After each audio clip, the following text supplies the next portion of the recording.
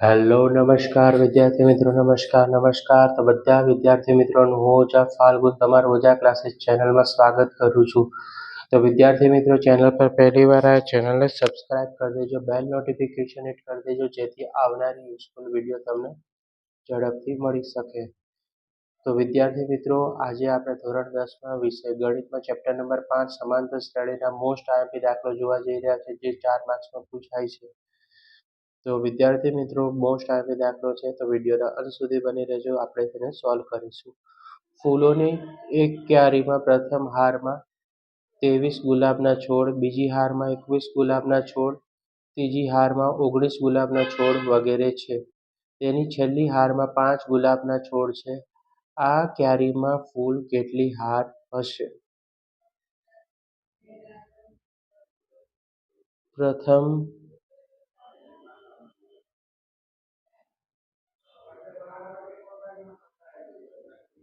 પ્રથમ, દ્વિતીય અને તૃતીય 3 હાર છે. 23, 21, 19 અને છેલ્લી હાર છે એટલે લાસ્ટમાં આપણે શું બનશે? 5.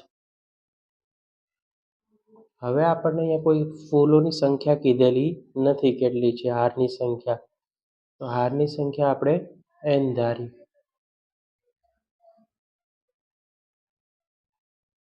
હારની સંખ્યા n છે. a 23 d 21 માઇનસ 23 બરાબર -2. બરાબર. હવે આપણે શું કીધું છે કે છેલ્લી હારમાં આપણે 5 ગુલાબના છોડ છે, તો an બરાબર આપણે કેટલા લેવાના છે? અહીંયા 5 લેવાના છે. ઓકે.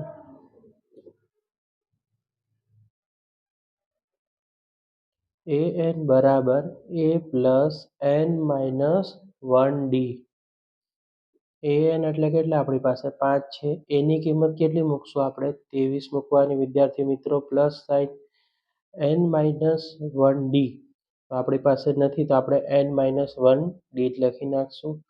હવે 5માંથી 23ને શું કરવાના? અહીંયા છે સરવાળો, તો અહીંયા આપણે બાદ કરીએ 5માંથી 23 તો આપણને અહીંયા મળી જશે 18 મળી જશે. બરાબર. n માઇનસ 1 વાળું પદ આપણે અહીંયા મૂકી દઈશું, n માઇનસ 1. ડી ની કિંમત આપણે શોધી, ડી કેટલા છે? 2 છે તો 2 લખી નાખો. હવે આ કેવા છે? ભાગાકારમાં છે ને આપણે ગુણાકારમાં લઈ લઈએ, તો 18 ભાગ્યા કેટલા લખીશું આપણે? 2 બરાબર n માઇનસ 1 ના 1. બરાબર. 18 ભાગ્યા 2 કરીએ તો આપણને કેટલા મળે? તો અહીંયા મળી જશે 9 મળી જશે. 9 બરાબર n માઇનસ 1 ના 1. બરાબર. હવે એને આપણે કરતા બનાવી દઈએ,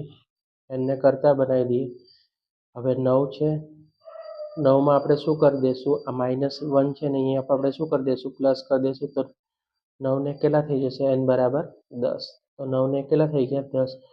માટે આપણને n બરાબર કેટલા મળશે? અહીંયા 10 મળી જશે. માટે ફૂલોની ક્યારીમાં કેટલા હાર હશે? 10 હાર હશે.